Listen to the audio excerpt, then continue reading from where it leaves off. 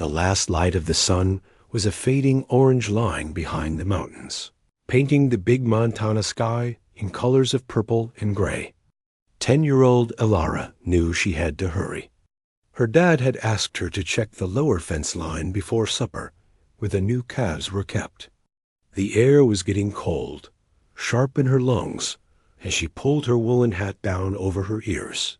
Her shadow, stretched long and thin, danced beside her as she walked, followed by the steady trot of Finn, their old border collie. Finn's nose was always to the ground, reading the earth like a book dot. It was quiet, the kind of deep quiet you only get far away from towns and roads. Just the crunch of her boots on the frosty grass, the whisper of the wind through the tall pines that stood like a dark wall at the edge of their land, and Finn's occasional huff. Elara liked this time of day. It felt like the whole wide valley belonged just to her, the cows, and the first few stars starting to blink awake. Then Finn stopped. His whole body went stiff, one paw lifted off the ground.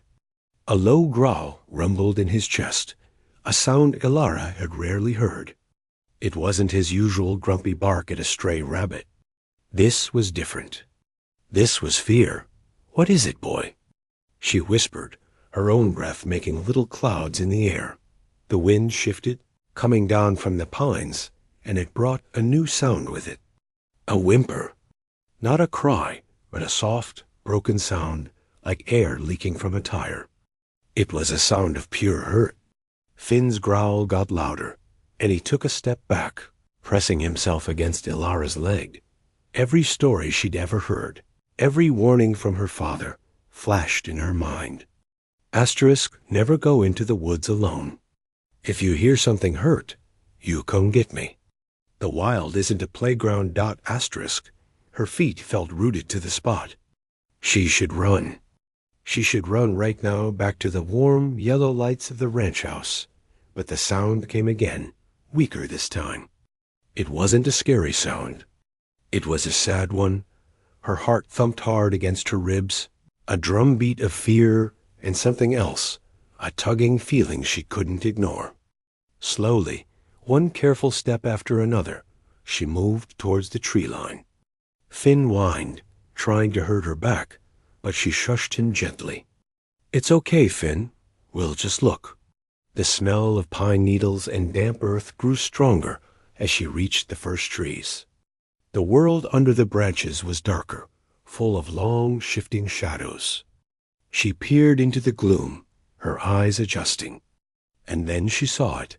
Under the biggest pine tree, its roots twisting out of the ground like old bones, was a wolf.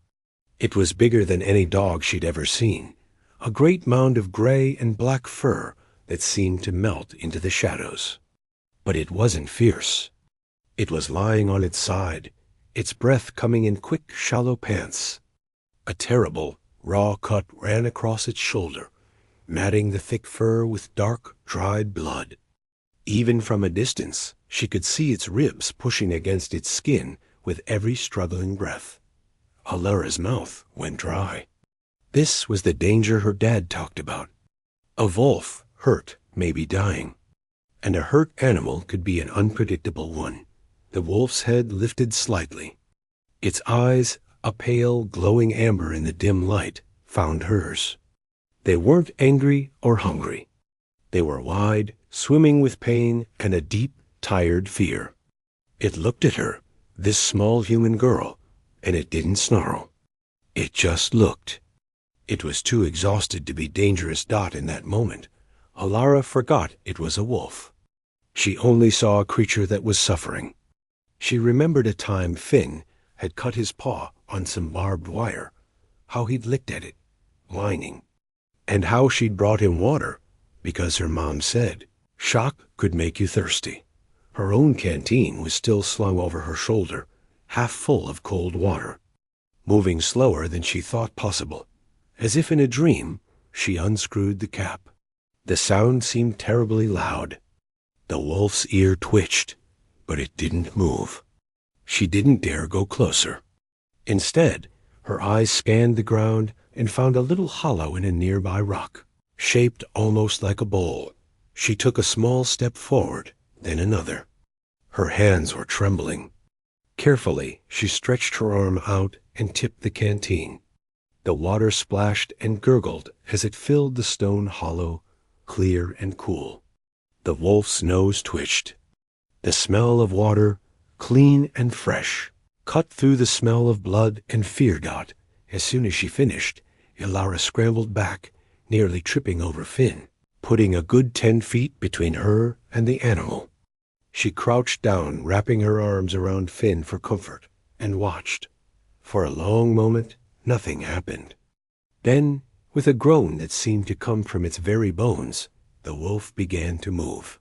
It dragged its body forward, an inch at a time, its injured leg useless. The effort was immense. Finally, its muzzle reached the hollow.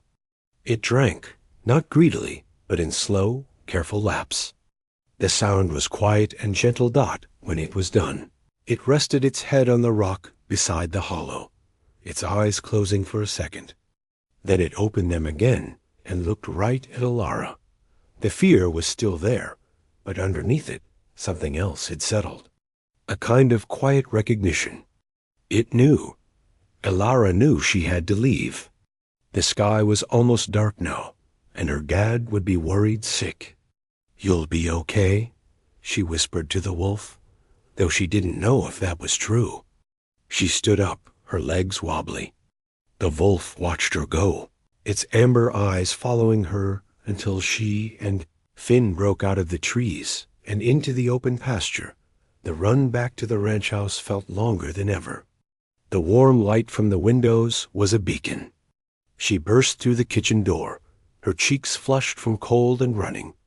Her mom was at the stove. "Everything all right, sweetie?" "You're late?" "Yeah," Ilara said, her voice sounding strange to her own ears. She hung up her coat. The image of those amber eyes burned into her mind. "Just the fence is fine." She couldn't bring herself to say it. The secret of the wolf in the pines felt too big, too fragile, to share just yet. She sat down at the table, the warmth of the kitchen not quite reaching the chill that had settled deep inside her, a chill mixed with a strange, quiet wonder. Ilara slept fitfully that night. Her dreams were a tangled mix of dark trees and glowing amber eyes. She'd wake with a start, listen to the familiar creak of the old ranch house, and feel a knot of guilt tighten in her stomach. She hadn't told her parents. The secret felt like a heavy stone in her pocket. That morning came, gray and cold.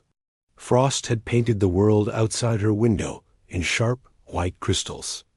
She was pulling on her socks, already dreading the chores and trying to decide if she should sneak back to the pines, when she heard her father's voice. That wasn't his usual morning grumble or his call to breakfast.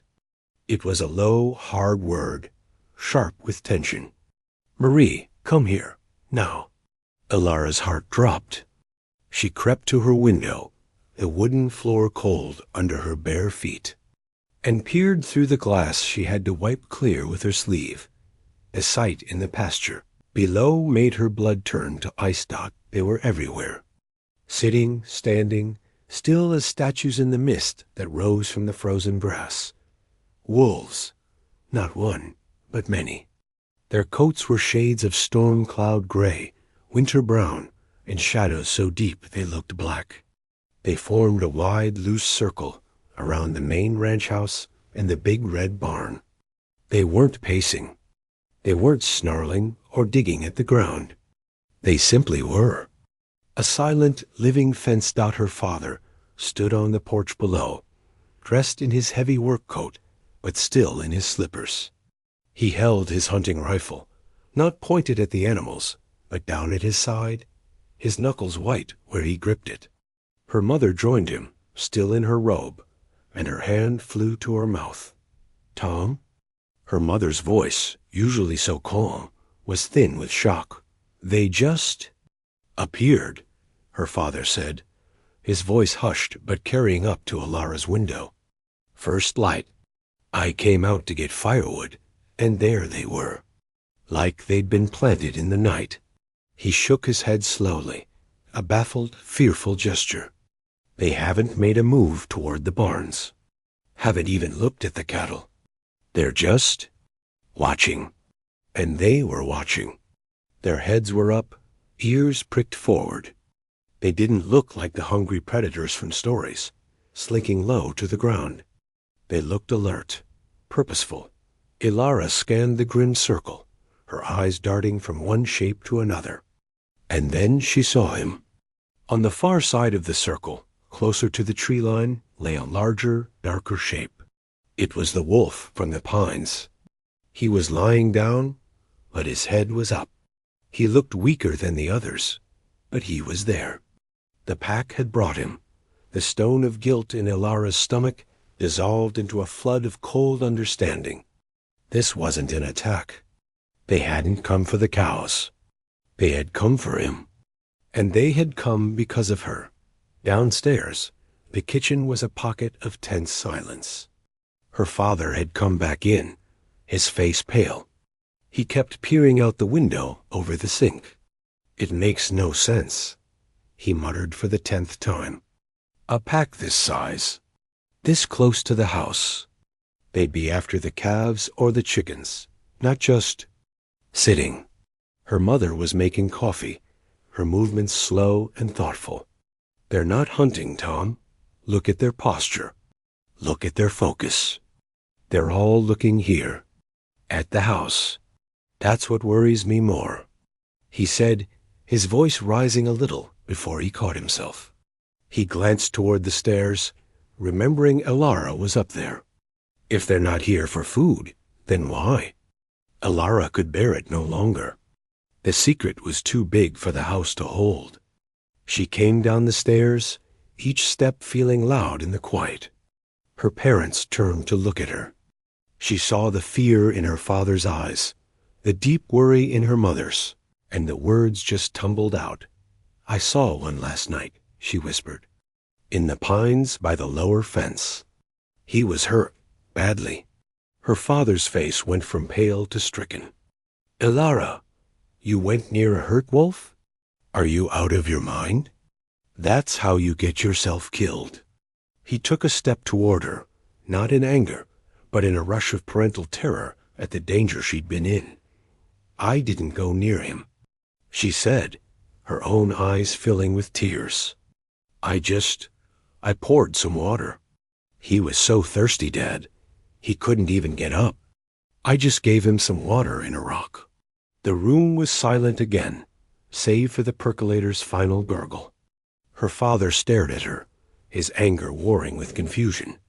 But her mother's expression changed. The scientist in her, the part that had studied animals before she married a rancher, clicked into place. She walked slowly to the window and stared out at the circle of wolves. "They know," her mother said softly, almost to herself. "Know what?" her father asked, exasperated. "They know a human helped one of their own."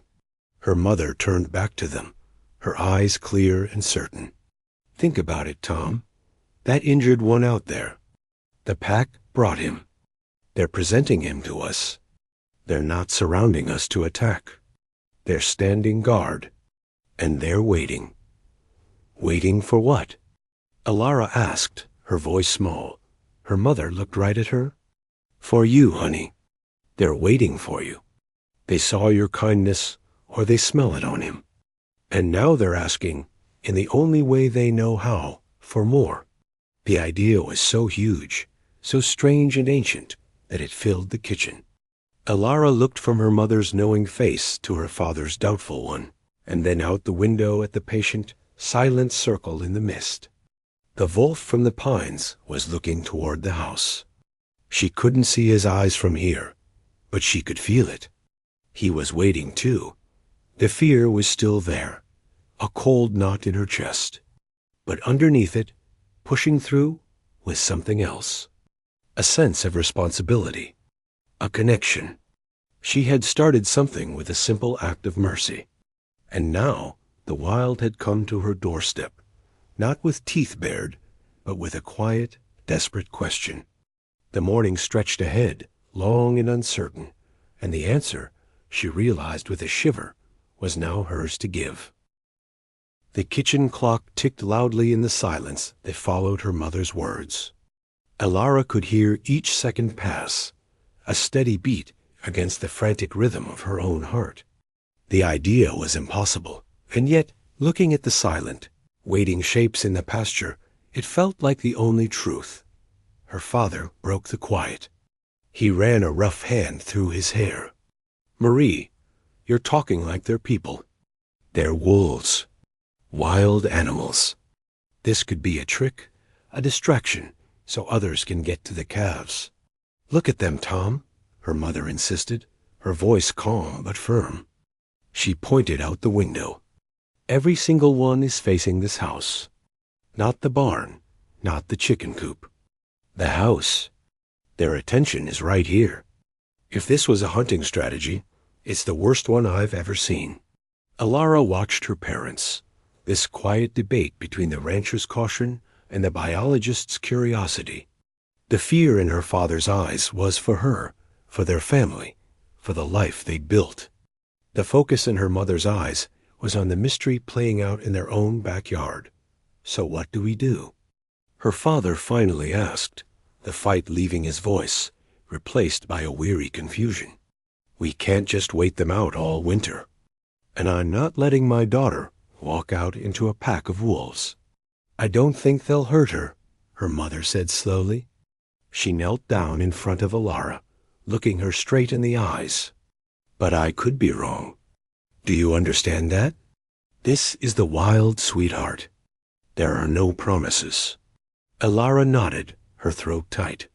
She thought of the wolf's eyes the night before, full of pain, but not malice. She thought of the pack today, tense, but not threatening. "He was just so hurt, Mom." Her mother studied her face for a long moment, then stood up. "Okay, here's what we do. We go out together. You and me. We take what we need to clean that wound properly. Your dad stays right here on the porch with the rifle. Not to shoot, but just in case. A show of strength and a precaution. We move slow. We don't make any sudden moves. And we let them tell us if we're welcome." Her father started to protest again, but the words died on his lips. The standoff outside had no clear ending. Doing nothing felt just as dangerous as doing something. He finally gave a stiff, reluctant nod. "You have 5 minutes. If a single one of them so much as snarls, you run. You hear me? You run right back here." The next few minutes were a blur of quiet preparation. Her mother rummaged in the big bathroom cabinet, pulling out antiseptic, clean white gauze pads, a roll of bandage, and a small suture kit from a long-ago veterinary class. Elara's job was to get a bowl of warm water and the softest, cleanest rags she could find. Her hands trembled as she filled the blue plastic bowl at the kitchen sink, the steam fogging the window that looked out onto the watching circle. Dressed in their heavy coats, they stood by the front door. Her father held his rifle, his jaw set in a hard line. He looked at Elara, and for a second, the stern rancher faded, and she just saw her dad, scared for his little girl. "You be your mother's shadow. You understand?" Right behind her.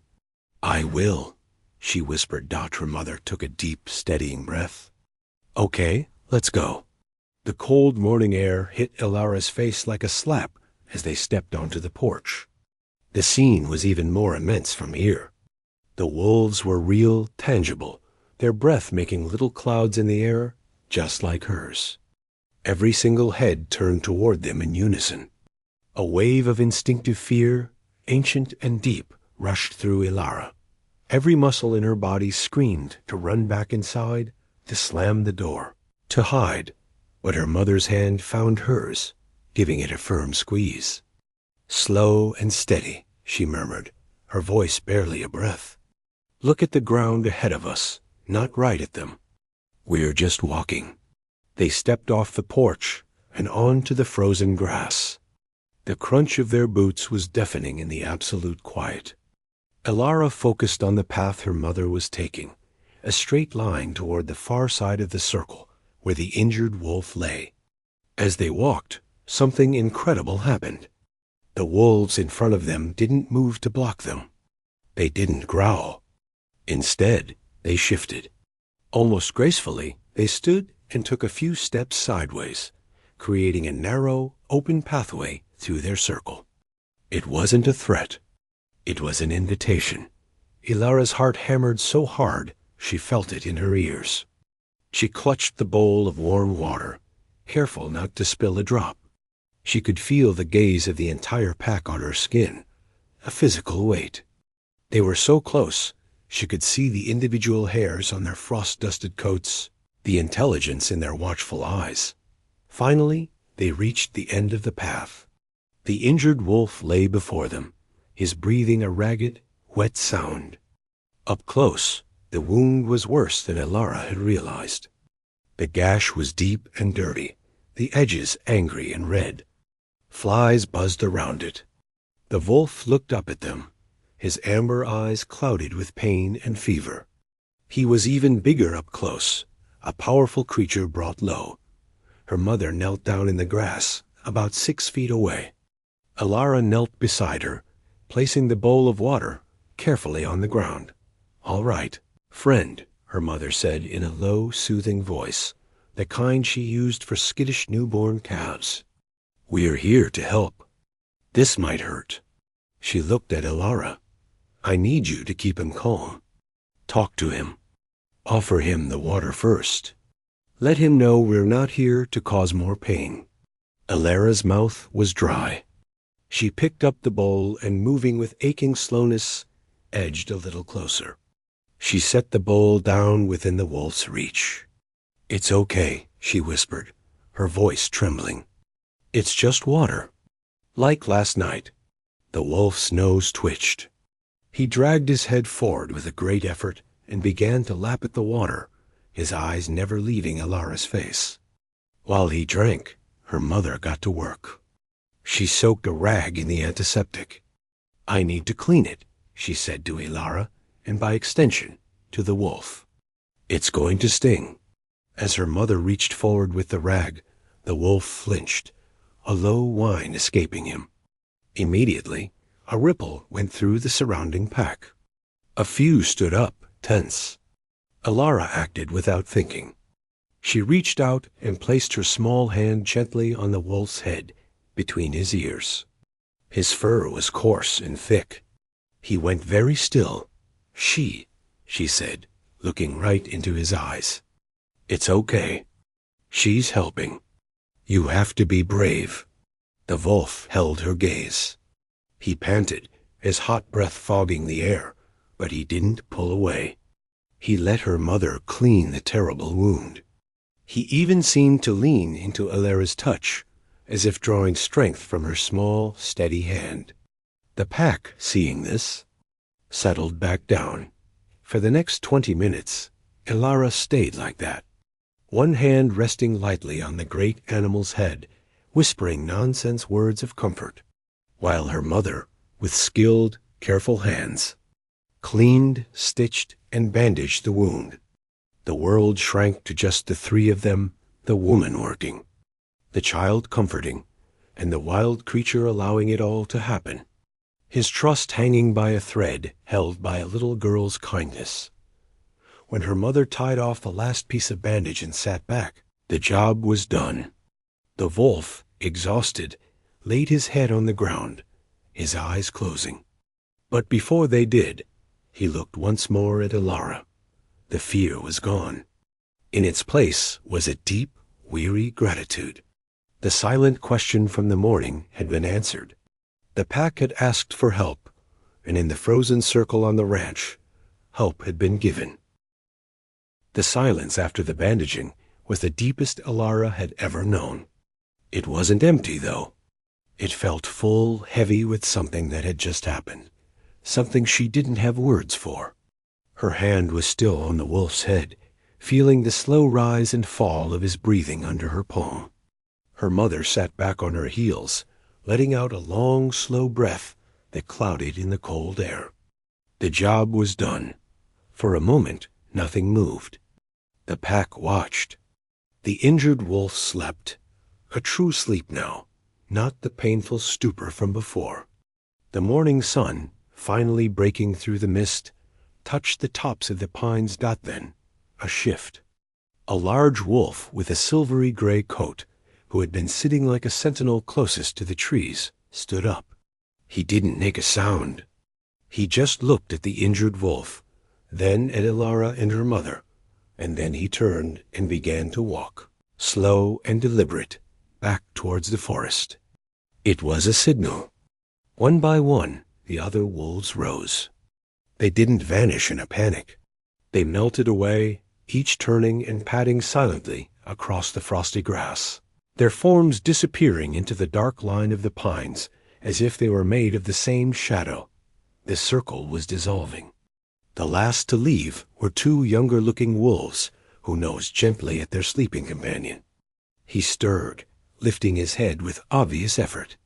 With a grunt, he tried to push himself up onto his 3 good legs. He stumbled, wobbling badly. Immediately, the 2 younger wolves moved in, one on each side. They didn't carry him, but they pressed their shoulders against him, offering support, a living crutch. Together, the 3 of them began a slow, painful journey toward the trees. The injured wolf paused once at the very edge of the pasture. He turned his massive head and looked back. Ilara was still kneeling, the empty bowl beside her. Their eyes met across the distance.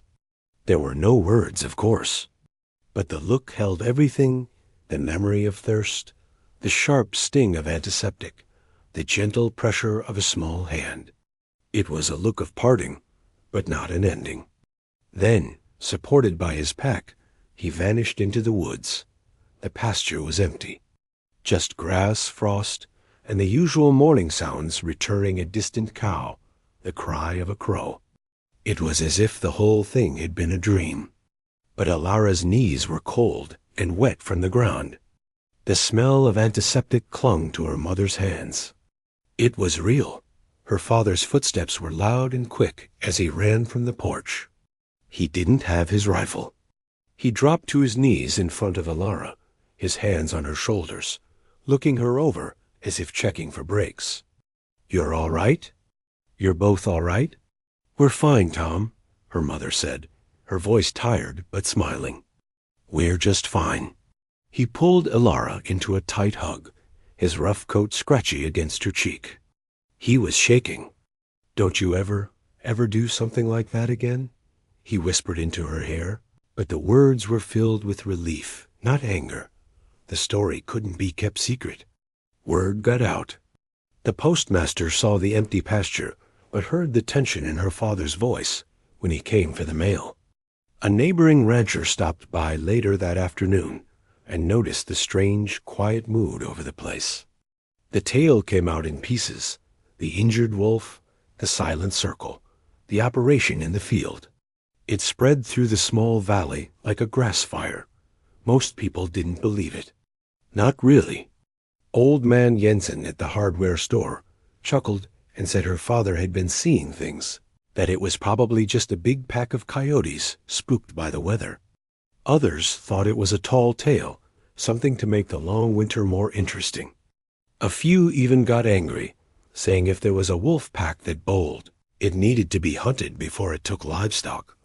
But the Hayes family knew the truth, and in the days and weeks that followed, a curious peace settled over the ranch. Her father, watchful and wary, kept expecting trouble. He checked the fences twice as often. He lay awake at night listening for sounds. But the trouble never came. In fact, the opposite happened. One morning, her father came back from the far pasture with a puzzled look. "The Bennett place lost a calf to a mountain lion last night," he said at breakfast. "Saw the tracks. That lion had to come right past our land to get there. But we didn't lose a single one. Not even a chicken." A week later, her mother was hiking the ridgeline, looking for shed antlers, and found the remains of an elk. It was a clean, wild kill wolf work, from the signs. But the kill was a good 2 miles from their cattle grazing land, deep in the forest. It was as if the wolves had chosen their territory with a new specific border. Ilara saw them sometimes, not up close, but from a distance. She would be bringing the cows in from the upper meadow and see a gray shape standing motionless on a rocky outcrop, watching. Or she'd be collecting eggs at dusk and catch a pair of glowing eyes in the tree line, gone when she blinked. They were there. A presence. A watchful one. One afternoon in late spring, she was fishing in the small creek that marked the western edge of their property. She felt that old familiar prickle on the back of her neck, the feeling of being watched. She looked up. Across the creek, on the other bank, which was wild government land, stood the silvery gray wolf, the one who had led the pack away. He was just drinking from the stream. He finished, lifted his head, and looked right at her. Water dripped from his muzzle. Ilara didn't move. She just looked back. This wasn't the desperate, pained creature from the pine trees. This was a lord of the forest, powerful and full of life. He held her gaze for a long moment. Then he gave a single, slow dip of his head. It wasn't a nod. It was something more natural, more canine, but the intention felt clear. It was an acknowledgment, Dot, and he turned and trotted away, his tail a proud banner behind him. Ilara sat by the creek for a long time after, the fish forgotten. She understood then that what had happened wasn't over. That simple act of offering water hadn't just saved a life. It had changed something. It had drawn a line of respect in the dirt, a line the wild would not cross. The little girl and the wolf pack were connected now by an unspoken pact as old as the hills themselves. They were, in their own strange way, neighbors, and each was keeping watch over the other. Time has a way of smoothing out the sharp edges of even the most unbelievable moments. The story of the wolf pack that circled the Hayes Ranch became a legend in their valley.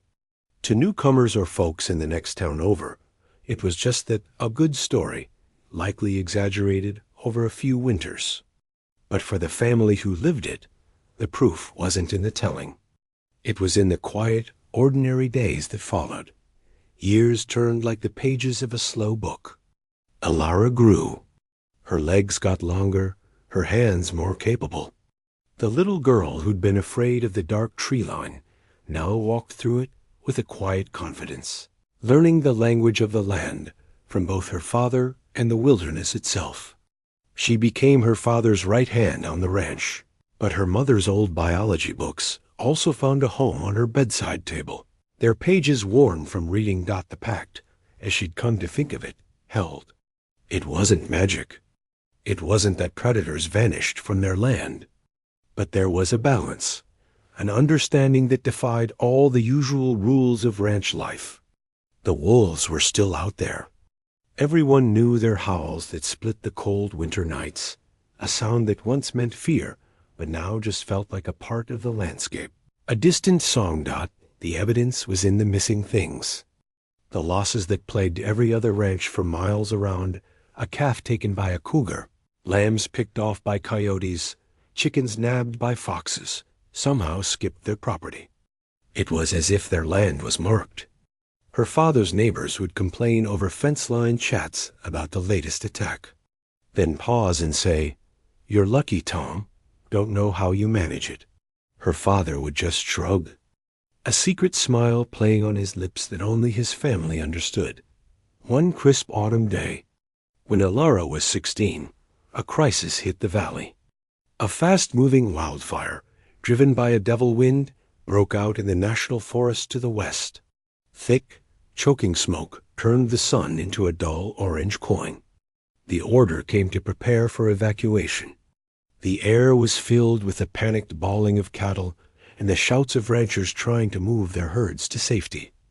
Ilara and her parents worked frantically, their faces smudged with ash, driving their cattle toward the lower eastern pastures, farther from the advancing wall of smoke.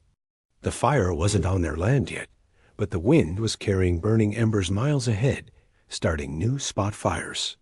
One of these took hold in a dry stand of old pines, right on the western border of their property, the very tree line where her story had begun. They could see the flames, hear the terrible roar and crackle. Their work became desperate. They might save the house, but the western grazing land, the fences, the forest that had always been their boundary, were surely lost. And then something changed. The wind, as if exhausted, shifted. Not much, just a few degrees. But it was enough. Instead of racing straight east across their open pasture, the main fury of the spot fire was pushed along a narrower path, following a rocky ridge and a small creek natural fire breaks. It burned hot and fast there, but it burned away, parallel to their land. Not over it, exhausted, soot-covered, and bewildered. The family watched from a safe hill as the fire chewed through the national forest land to their south, but left their western border scorched, blackened and smoking, but ultimately intact. The house, the barns, the main pastures were saved. The fire crews, tired heroes with grime etched into their faces, came through later to check for hot spots. One of them, an older man with kind eyes, stood with Alara's father, looking at the curious path of the fire. "You got lucky with that wind shift," the firefighter said, taking a long drink from his canteen. "Real lucky. Seen it jump wider gaps than that." That night, safe but weary, the family sat together on the porch, watching the last of the sunset glow red against the smoky haze. The air still smelled of ash, but it also smelled of home. Her mother spoke softly, almost to herself. "That wind shift? It was convenient." Her father nodded slowly. "The creek and that ridge have always been there. Good fire breaks. We were just lucky they were in the right place today." But Alara's mind was elsewhere. Earlier, in the chaos of the afternoon, when the smoke was at its thickest, she'd been trying to guide a few straggler cows. For a moment, the wind had cleared a view through the haze, up toward the rocky ridge where the fire had turned. She'd seen shapes. Gray, moving shapes, flitting through the smoke not in panic, but with purpose, heading away from their land and toward the national forest. She hadn't said anything. It could have been just the smoke playing tricks. But the image stayed with her. A few days later, when it was safe to walk the land, she went to the burned western border. The ground was black, the trees skeletal. It was a sad sight. But as she picked her way along the creek, she found something.